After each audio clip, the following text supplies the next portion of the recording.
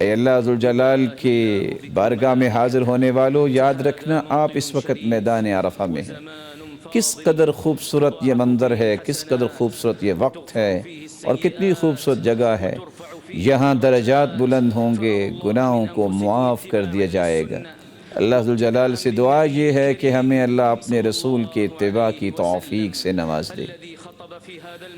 وہی ہستی جس نے یہاں ہی خطبہ دیا تھا، اور یہاں ہی کھڑے ہو کے انہوں نے خطبہ دیا تھا، اور انہوں نے خطبہ دینے کے بعد صحابی کو حکم دیا اور اذان کہی گئی، اور پھر اقامت کے ساتھ ظہر کی نماز 2 رکعت ادا کی، پھر اقامت کہی گئی اور 2 رکعت نماز عصر کی بھی ادا کی۔ آپ صلی اللہ علیہ وسلم نے دونوں نمازوں کو جمع کیا، پھر آپ اپنی اونٹنی پہ سوار ہوئے اور اللہ کا ذکر کرنے میں مشغول ہو گئے یہاں تک کہ سورج غروب ہو گیا۔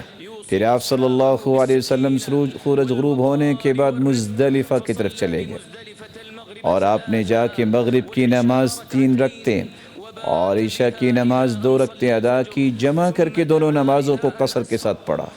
پھر آپ نے آرام کیا یہاں تک کہ فجر کی نماز وہاں پڑھائی۔ پھر روشنی کے بعد آپ مینا کی طرف منتقل ہوئے۔ پھر آپ صلی اللہ علیہ وسلم نے 7 کنکریاں ماری۔ پھر آپ صلی اللہ علیہ وسلم نے قربانی کی اور آپ نے اپنے بالوں کو منڈوایا۔ پھر آپ نے طواف کی اور ساتھ ہی سعی کی۔ پھر آپ صلی اللہ علیہ وسلم مینا میں واپس تشریف لائے۔ آپ اللہ ذوالجلال کا کثرت سے ذکر کرتے تھے، اللہ کی کبریائی بیان کرتے، اللہ کی تعریف کرتے، اور زوال کے بعد روزانہ سے پھر آپ تینوں جمرات کو 7 کنکریاں مارتے۔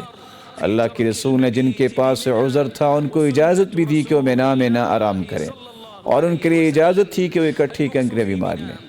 آپ صلی اللہ علیہ وسلم 13 ذی الحجہ تک وہاں مینا میں رہے، اور آپ نے اس بات کا بھی صحابہ کرام کو پہلو سکھایا کہ اگر کوئی جلدی کرنا چاہتا ہے تو 12 ذی الحجہ کو کنکریاں مار کے بھی جا سکتا ہے۔ پھر آپ صلی اللہ علیہ وسلم بیت اللہ پہنچے، اللہ کے رسول صلی اللہ علیہ وسلم نے طواف الوداع کیا اور پھر روانہ ہو گئے۔